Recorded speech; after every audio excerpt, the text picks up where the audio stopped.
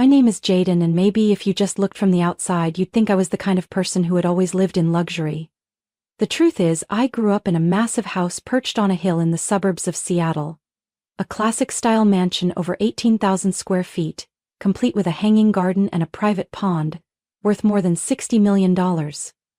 But what made that place priceless had nothing to do with numbers. My father, Daniel Brooks, was a master architect who not only designed landmark buildings for major corporations, but also spent 15 years of his life building that house. Every stone, every beam was tied to his dream and dedication. None of us ever called it a mansion. To my dad, it was a home built on values. He used to say, "A real home isn't built with money, but with the character of those who live in it." My mother, Helen, was a finance lecturer at a community college. She didn't wear designer clothes or carry expensive handbags, but just one listen to her lecture and you'd understand why my father loved her so much. She could turn complex concepts about investing, saving, and budgeting into inspiring stories. And she applied those lessons to our family life with unwavering discipline. I still remember when I was 8 and asked my mom for a gaming console because all my friends had one. She just smiled and asked, "Would you like to learn how to buy it yourself with your own money?" So I started doing chores, folding laundry, mowing the lawn, even helping organize my parents' mini library. It took nearly 4 months to save up enough. When I finally brought home the console, my mom said, "You didn't just buy something, you learned the real value of money." Even though my family had enormous wealth, my parents chose to send me to the local public school, where my friends had no idea about the kind of numbers my parents dealt with every day. I took the bus to school, ate sandwiches my mom packed, and never wore flashy jewelry. One time when I was invited to a friend's house, my mom reminded me, "Jaden, don't talk about our home unless someone asks. Let who you are be what people remember, not where you live." I learned to live simply in a world where people assumed I had everything. But the truth was, I was taught that the most valuable asset isn't a big house or a bank balance. It's how I treat others, how I face challenges, and the honesty behind every decision. My dad once took me to the top floor of our house, a study lined with walnut wood and windows overlooking the entire city. He stood there, arms crossed, looked at me and said, "Jaden, one day this house will be yours. But remember, that doesn't mean you belong to wealth. Let your value come from what you do, not what you inherit." I was too young to fully understand his words back then, but looking back, every word feels etched into the bricks of my mind. That house wasn't just a roof over my head. It was a quiet reminder that nothing is stronger than ethics and integrity, especially in a world where greed constantly knocks on the door. I grew up with that mindset, carrying with me a quiet world many never see. But I never forgot what my father taught. Wealth without understanding only leads to loss. And I believed that, until the person I loved most shattered everything I held sacred. I used to think that living humbly in a wealthy family was the best way to avoid judgment, but it turns out, sometimes silence itself invites people to make up stories about you. When I was 12, something happened that completely changed how I saw friendship and financial boundaries. I was in 7th grade at Rockridge Middle School, a modest school full of color and character. I had a close group of 3 friends, Chloe, Natalie, and Madison.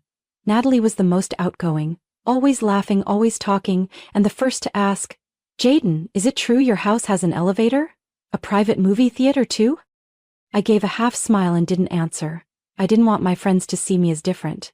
I loved our lunch breaks with cookies in the cafeteria, our silly games on the field, and I truly believed what we had was genuine.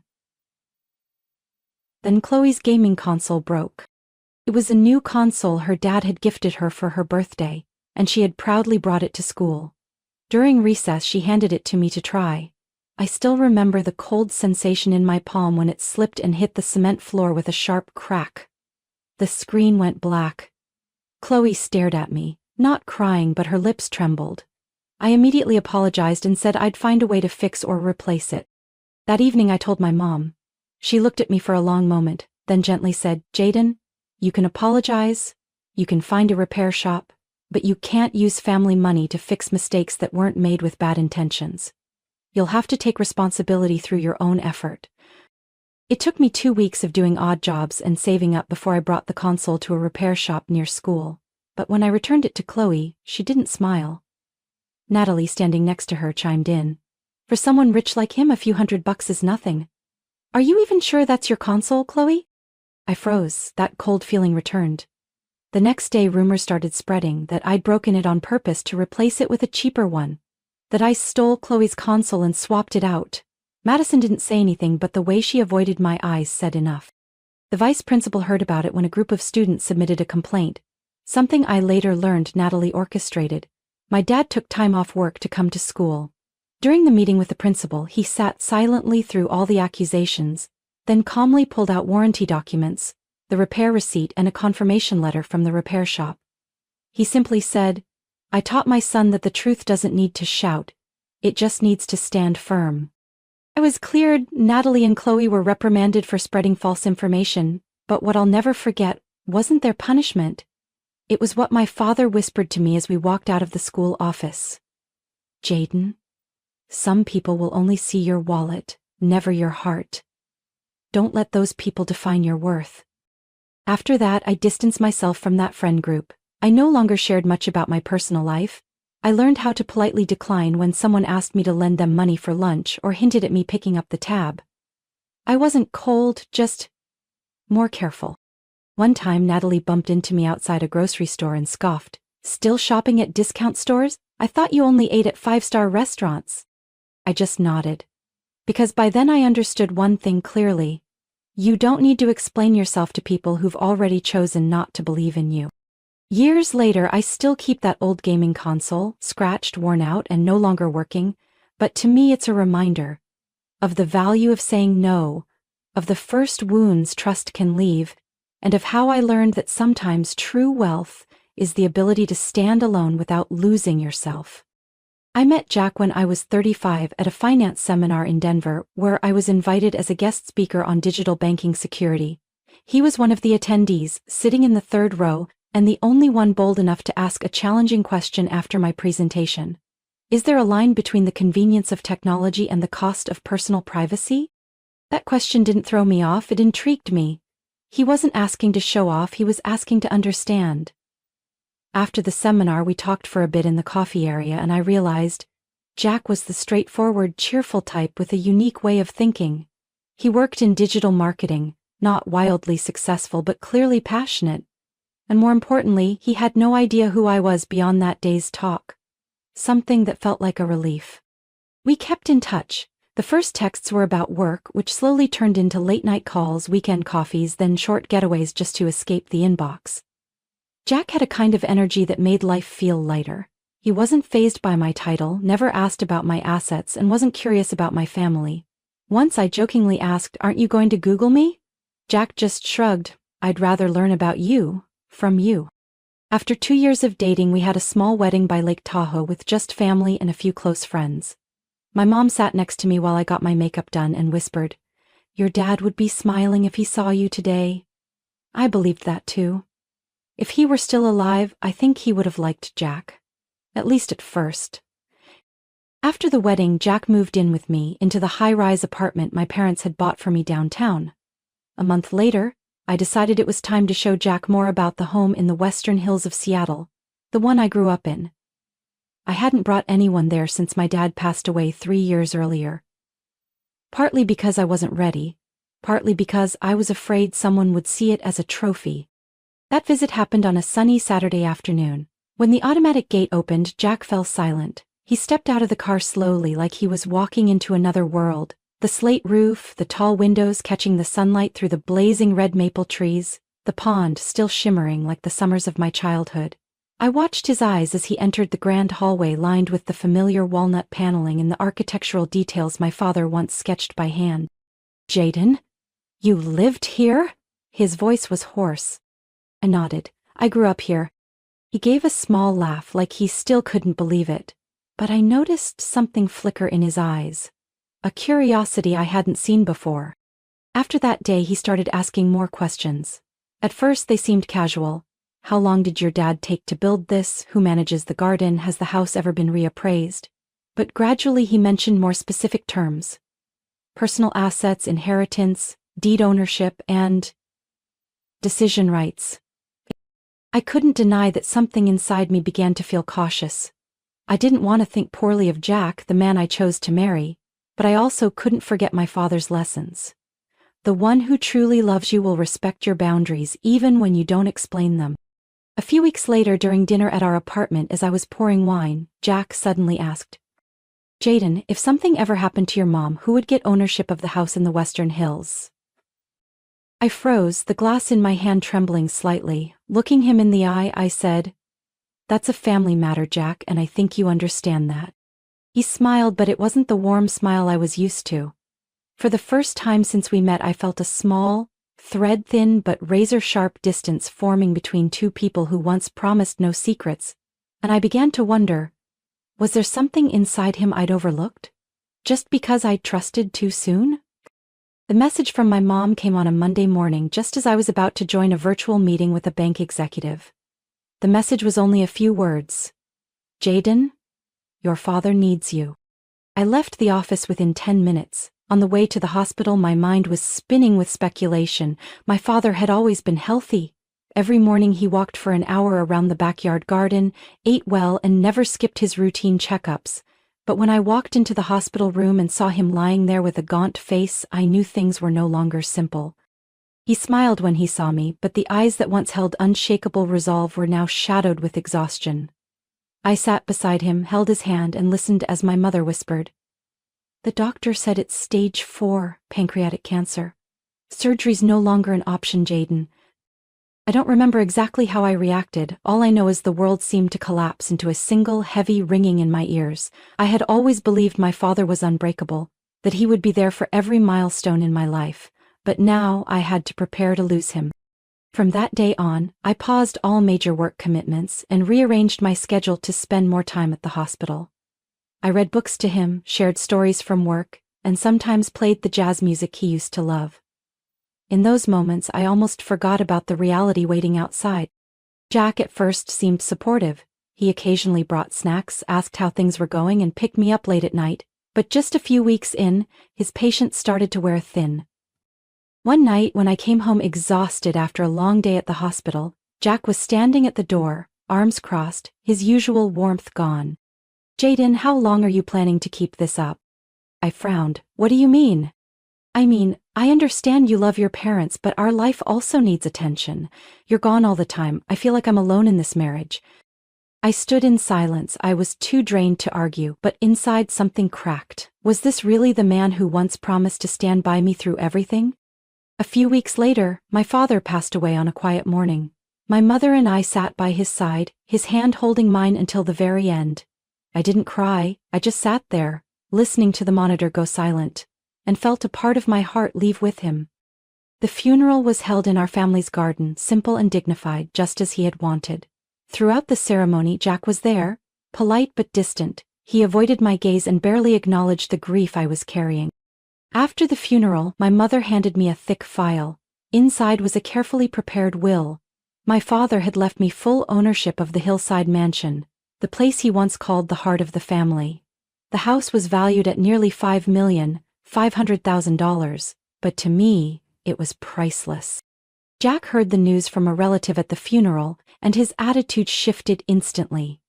That night over dinner, he suddenly asked, "So, what are you planning to do with that house?"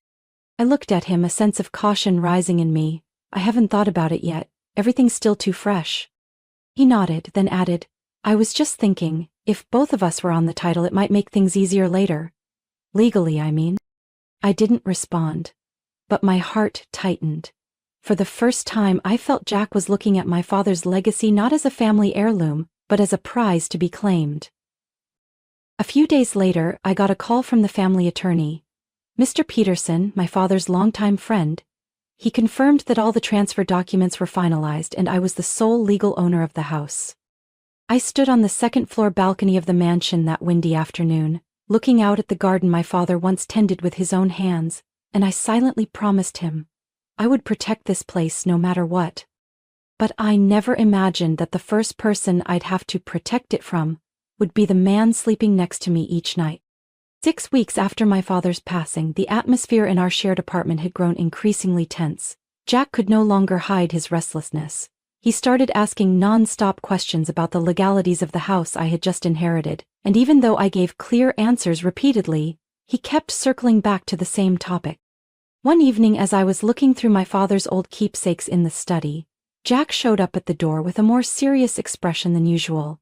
He handed me a stack of papers, placed them on the desk, and said casually, "I just met with a lawyer named Jerry Peterson. He knows a lot about inheritance laws in Washington. I think we should co-own the house to avoid future complications." I stared at him. "Jack, what are you saying? Why would the ownership need to be changed?" He shrugged, trying to seem harmless. "We're married, Jaden. What's yours is mine, right? It's just a formality." I sat up straight, my heartbeat quickening. "No, that house is a personal inheritance directly from my father, and you know that." He stayed quiet for a few seconds, then smiled, but the warmth was gone from his eyes. "Well then, I guess you won't be surprised to hear I already did it." I froze. "You did what?" Jack pulled out his phone, opened an email, and slid it toward me. It was a scanned copy of a property transfer form, stamped, "Pending Review." My name, Jaden Brooks, had been crossed out in red ink, replaced with Jack E. Nolan. I was stunned. "What the hell did you do?" "Jerry said I could process the paperwork as a spouse if I could prove vested interest. And guess what? I already paid him $300,000 up front." I shot to my feet, my voice trembling. "You tried to transfer a property in my name without my consent? Are you insane?" "I did what had to be done. If you won't share, I have to protect myself. We can live like roommates if that's more comfortable for you. Otherwise, I think divorce is a reasonable option." Every word hit like a cold blade. The man I once thought would hold my hand through life now stood before me like a stranger, calculating and cold. I took a step back, struggling to stay calm. "Jack, what you've done isn't just illegal, it's betrayal. You took advantage of me, and the trust I gave you." He crossed his arms, smirking. "Trust? What trust? You hid your family's entire wealth from me. I married someone who never shared anything truly important." I stood frozen, my heart pounding. But instead of arguing, I walked out of the room. I needed proof. I needed to know if what he said was just a bluff. And when I called my father's lawyer, the real Mr. Peterson, not this so-called Jerry, I learned things were worse than I thought. Mr. Peterson sighed after hearing my story. "Jaden, there's no licensed attorney named Jerry Peterson in this state. You've been scammed, and if Jack paid that person, he may have fallen victim to a legal fraud." It felt like the air was sucked out of my lungs. Jack hadn't just tried to steal my inheritance. He'd also been gullible enough to lose a fortune in the process. But the deepest hurt didn't come from the financial loss. It came from realizing I had loved and trusted someone completely unworthy. That night I came home to find Jack sitting at the dining table, his face pale. "Jerry's not answering his phone. I think I've been scammed." I didn't yell. I didn't curse. I simply placed the original property documents that Mr. Peterson had just sent on the table, along with a copy confirming I was the sole legal owner of the house. "You've crossed a line, Jack, and I have no reason to stay with you anymore." He opened his mouth to speak, but I raised my hand to stop him. "There's no explanation that can fix the trust you destroyed." I walked out of the room, quietly. But inside, a door had closed for good. And I knew, from that moment on, Jack was no longer part of my journey. 3 days after that final confrontation, I officially moved out of the apartment Jack and I had once shared. I took nothing but a suitcase of clothes and a wooden box holding the letters my father had written. Everything else, the memories, the dreams, and the promises, I left behind like someone letting go of a stone sinking to the bottom of a lake. I moved back to the hillside mansion, once the home of my childhood, now the only peaceful place I had left. I thought that after I exposed the truth and cut ties, Jack would quietly disappear from my life. But I had underestimated the greed and delusion still lingering inside him. That morning, while I was walking with my mother in the backyard garden, the gate buzzer rang non-stop. On the security screen, I saw Jack standing outside, hands on his hips, his face flushed. Either from anger or embarrassment, I couldn't tell. I picked up my phone and connected to the intercom system. "Jack, what are you doing here?" He looked straight into the camera, his voice loud and firm. "Jaden, I have a right to enter this house. You're holding it unlawfully. We need to talk." I responded calmly. "I'm the legal owner. If you don't leave, I'll call the police." As if he had anticipated my reaction, Jack pulled a stack of papers from his coat pocket. I had a new lawyer go over everything. You think you're smart, but I'm not naive anymore. I didn't say another word. I immediately called the security team. Less than 5 minutes later, 2 security officers arrived and asked Jack to leave the premises. He resisted, yelling that he was the victim, that he'd been tricked, that I had no heart. But I didn't go outside. I just stood behind the glass door watching him scream at the sky, while the men who once worked for my father stayed silent and did their jobs. That afternoon I met with my lawyer at the office to finalize something important, a restraining order. I no longer wanted to live with the fear that Jack might show up at my door, switching between begging and threatening. Just as we were about to finish, my phone buzzed. A message from an unknown number appeared. Jack was scammed out of $360,000. Jerry is a fake name, not licensed in any state. The message came from an old acquaintance in the legal field who had once worked with Jack on a marketing project. He knew Jack was spiraling, having lost his money, his reputation, and his marriage. It turned out that the lawyer Jerry Jack had blindly trusted was actually a professional con artist. He had been investigated multiple times for impersonating legal professionals and scamming the gullible. Jack had wired him a massive amount, $360,000, to speed up the transfer of ownership, only to receive a series of forged documents, so well crafted they nearly fooled me too. I should have felt vindicated, but in truth I just felt empty. Jack had thrown himself into the abyss and no one could pull him out but himself. That evening I sat alone in my father's old library, the soft light glowing across the polished wooden desk. I opened a drawer and took out the letter my father had written to me before he passed, a familiar, steady handwriting that calmed me just by looking at it. My dear Jaden, if one day you find your trust betrayed, remember, trust is the most precious thing we build. It takes time to create but can vanish with a single lie. Don't mourn what was lost, because losing what's unworthy is sometimes the only way to keep yourself. I folded the letter and took a deep breath. I knew I had crossed into a new chapter of life, without Jack, without the dreams others once tried to exploit. And if my father had left me anything more valuable than the hilltop estate, it was the strength I held in that moment. Outside, the breeze whispered through the maple trees. I could hear my mother laughing with the gardener. Life was moving on, and for the first time in years, I felt like I was truly in control. Not just of the house, but of my heart. The divorce proceedings moved faster than I expected, perhaps because Jack no longer had the strength to fight. He had no lawyer, no money, and most importantly, no trust left from me. We signed the papers at a small office in downtown Seattle, a place where no one knew my name or my past. So different from the sunny, laughter-filled wedding by Lake Tahoe just 2 years before.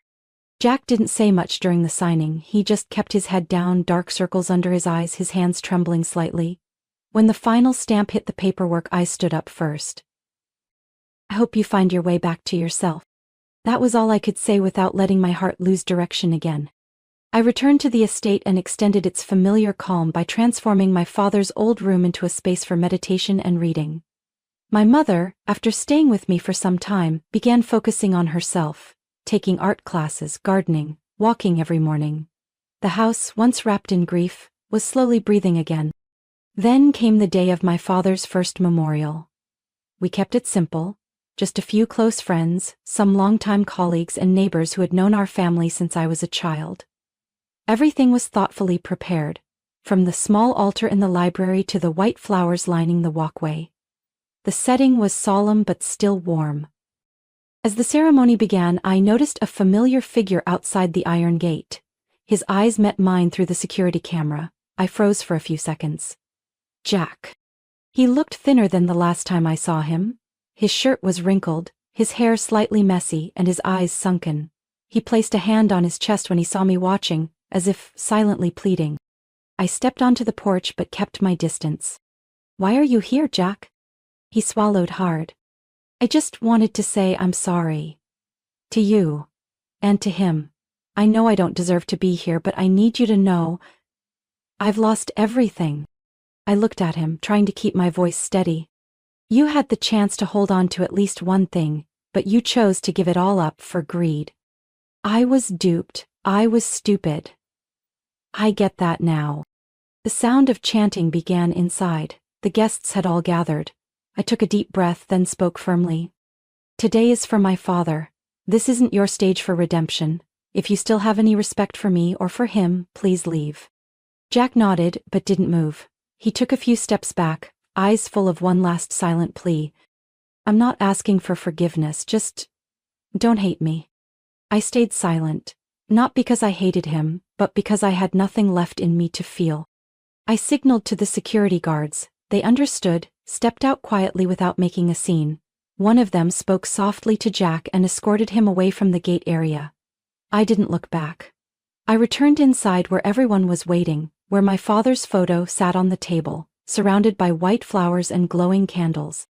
The ceremony went on. No one mentioned Jack's appearance as if he'd never crossed that gate. But inside me, something closed for good. Not the relationship, just the last fragments of regret. That night I sat alone in the tea room my father had designed just for my mother. Outside a gentle rain had begun to fall. I poured myself a cup of hot Earl Grey and watched the raindrops trail down the window. I thought about Jack, how he had entered, stayed, and then exited my life like a storm. Loud, chaotic, shaking everything I thought was solid. But after all, the rain always stops, and the trees bloom again, the house lights up, my mother smiles every morning. And I can finally sleep in peace. When spring returned and the maple trees around the estate began to bud, I knew it was time to write a new chapter in my life. The sorrow over my father had settled into memory, and the scars from Jack were beginning to heal. One early morning, as my mother and I sat at the wooden table under the grape arbor, sipping coffee and looking out at the backyard, she suddenly said, "Jaden, do you think we could turn this place into something special for others?" I looked at her a bit surprised, then realized what she meant. She wasn't talking about selling or sharing the house. She meant giving it a new purpose. I once heard my father say a beautiful house isn't just for admiring, it's for living, breathing with people. And now as my life took a new turn, perhaps the estate needed a new purpose too, something beyond its material value or legacy. We started by clearing out the basement, which had previously just been storage. I turned it into a small event hall with classic stone walls, polished hardwood floors, and warm ambient lighting. The backyard was expanded into an outdoor wedding space, with a white wooden arch draped in vines and rows of lavender lining the path. My mother, who loved flower arranging, took on the role of event space designer. She named the project the Brooks Estate, a way to honor my father. We hired a team of young engineers to assess the home's structure, making sure everything met safety standards for hosting guests. A quiet reading room became a tea party area. The vintage ballroom on the second floor got a sound system upgrade for small piano performances. Word spread quickly through word of mouth. The first neighbor held their 30th wedding anniversary celebration there. Then a young couple from Oregon booked the Brooks Estate for an intimate wedding with just 40 guests. The awe in their eyes as they stepped through the gate, the applause beneath the wooden beams, the laughter echoing through the garden, it all made me feel I had done the right thing. And for the first time in a long while, I felt free. No more dry financial reports, no more endless Zoom calls, just bright, grateful faces and the simple joy of a perfect celebration. I also began writing again.